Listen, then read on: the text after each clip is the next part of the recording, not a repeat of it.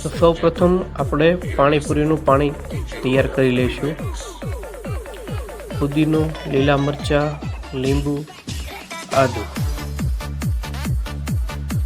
તો તેને આપણે મિક્સર જાર વડે પીસી લઈશું। પુદીનો,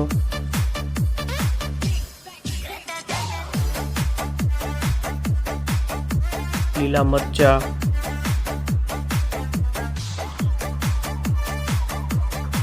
3 થી 4 નંગ લીધા છે। જે આપણને તીખું વધારે ભાવતું હોય તો થોડોક તીખા વધારે નાખી શકાય। પછી સ્વાદ અનુસાર મીઠું લીધું છે।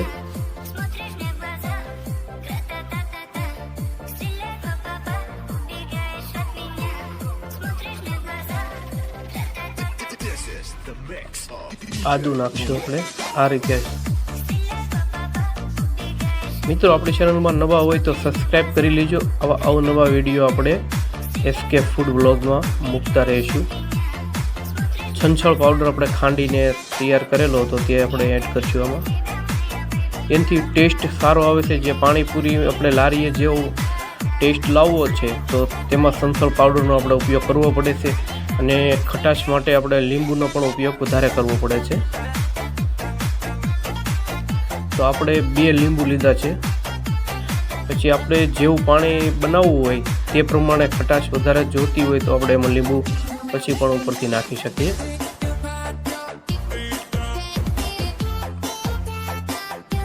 આમાં પાણી થોડુંક નાખી મિક્સર ચલાવી લઈશું।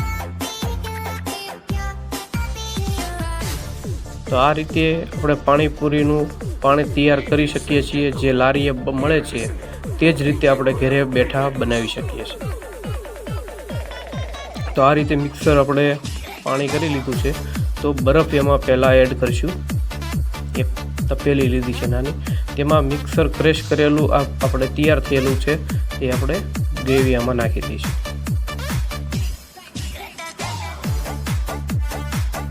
તો આપણે 1 લીટર જેટલું પાણી બનાવ્યું છે તેમાં પાછું આપણે 1 કળશા જેટલું પાણી એડ કરીશું।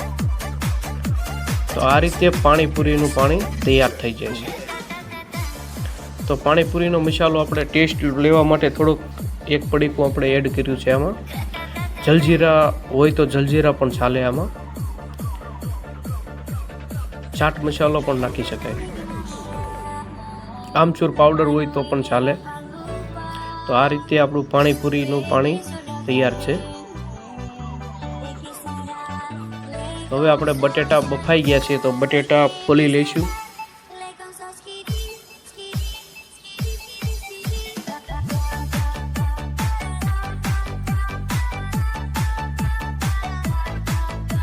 બટેટા આપણે બાફતી વખતે એને 1 બટેટાના 4 પીસ કરી લેવા કે 2 કરી લો તો આપણે ફોલવામાં સરળતા રહી છે બટેટા। તો આ રીતે બટેટા ફોલાઈ ગયા છે તો આપણે હવે તેનો મસાલો બનાવી લઈશું। જે પાણીપુરીની લારીવાળા બનાવે છે તે જ રીતે આપણે બનાવવાનો છે। લારીવાળા તે આપણે લાલ મરચું હોય છે તેને પાણીમાં પલાળેલું રાખે છે। તો આપણે તે રીતે નહીં, આપણે બટેટા એડ કરીને તેમાં આપણે કોરું મરચું એડ કરવાનું છે। તો આપણે પહેલાં બટેટા લઈ લઈએ।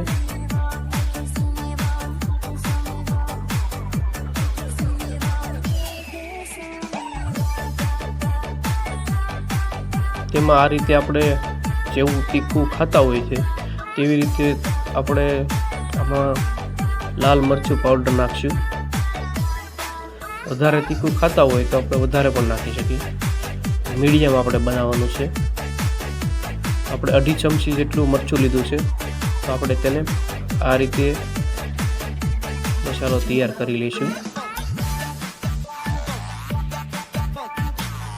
તો મિત્રો આવા વિડીયો જોવા માટે એસકે ફૂડને ફોલો ન કર્યો હોય તો ફોલો કરી લેજો। વિડીયો સારો લાગ્યો તો શેર કરજો મિત્રો। આવા અવનવા વિડીયો એસકે ફૂડમાં આવશે। તો આ રીતે આપણે ઘરે લારી જેવી જ પાણીપુરી બનાવી શકીએ છીએ। તો આ રીતે આમાં થોડુંક નમક નાખીને આપણે પછી મિક્સ કરી લઈશું।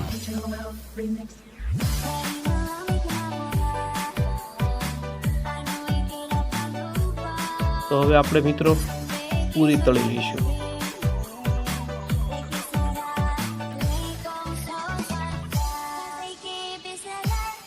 તેલ થોડુંક આવી ગયા પછી પૂરી તળવાની, કે આખી પૂરી બધી જ ફૂલે. તેલ થોડુંક ફૂલ આવી ગયું છે પછી આપણે આ રીતે પૂરી તળી લઈશું. તમે જોઈ રહ્યા છો કે બધી જ પૂરી એકદમ ગોળ દડા જેવી થઈ ગઈ છે. આ રીતે આપણે પૂરી બધી જ તળી લીધી છે.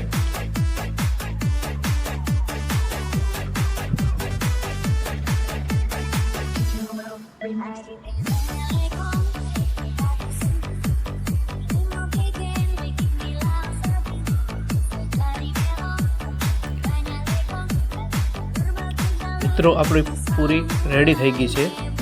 તો હવે આપણે મસાલો રેડી કરેલો છે, તો આપણે હવે પૂરી બનાવીશું.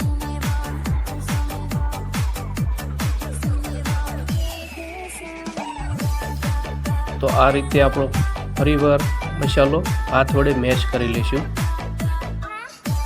બરાબર મિક્સ થઈ જશે.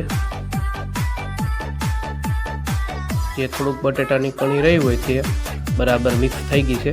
તો આપણે પૂરી આ રીતે ભરી લઈશું.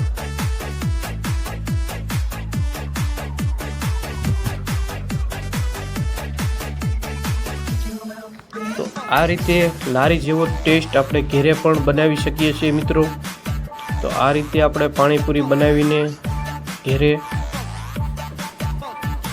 ખાઈ શકીએ છીએ.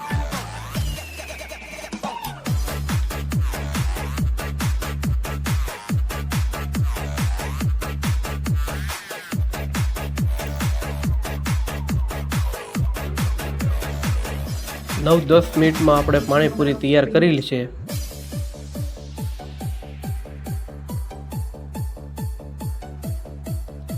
આ રીતે આપણે એક ડીશ તૈયાર કરી લઈશું. તો આપણે આમાં રગડાપુરી પણ બનાવી શકીએ છીએ. તો આપણે બટેટાને એ રીતે કરી શકીએ. આપણે રગડાપુરી નથી બનાવી, પણ આપણે ખજૂર આંબલીની ચટણીનો ઉપયોગ કરેલો છે આમાં. તો આ રીતે આપણે ડુંગળી કટિંગ કરેલી છે, તો તેને આવી રીતે ઉપર થોડી થોડી ડુંગળી નાખી દઈશું. થોડી સેવ નાખી દઈશું. આ નમકીન સેવ છે તે આપણે ખુદે જ બનાવેલી છે. એસકે ફૂડ વ્લોગમાં આપણે આગળ વિડીયો મૂકેલો છે નમકીન સેવનો. તો મિત્રો સેવ પણ આપણે કઈ રીતે બને છે તેના માટે પણ વિડીયો અપલોડ કરેલો છે. આવા વિડીયો માટે સબસ્ક્રાઈબ કરજો. તો આપણે ખજૂર આંબલીની ચટણી છે બનાવેલી, તે આપણે આવી રીતે મૂકી દઈશું.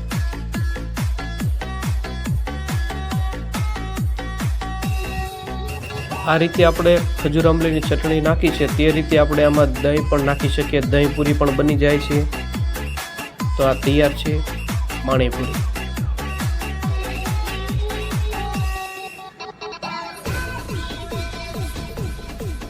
લારી દુકાન જેવો ટેસ્ટ આપણી ઘરે.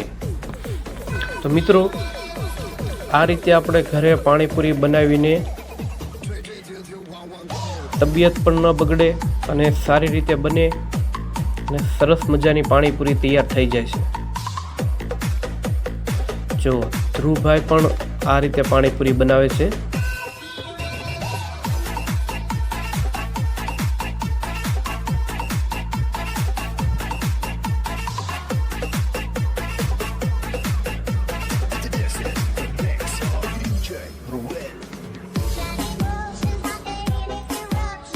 તેને પણ ખજૂર આંબલીની ચટણી હારે ખાવાની બહુ મજા આવે છે.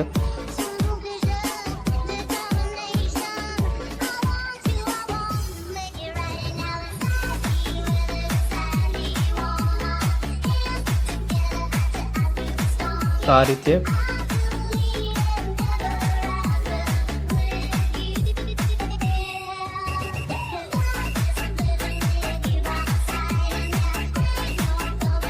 આખી પૂરી પણ મોઢામાં જાતી નથી, જોઈ રહ્યા છો.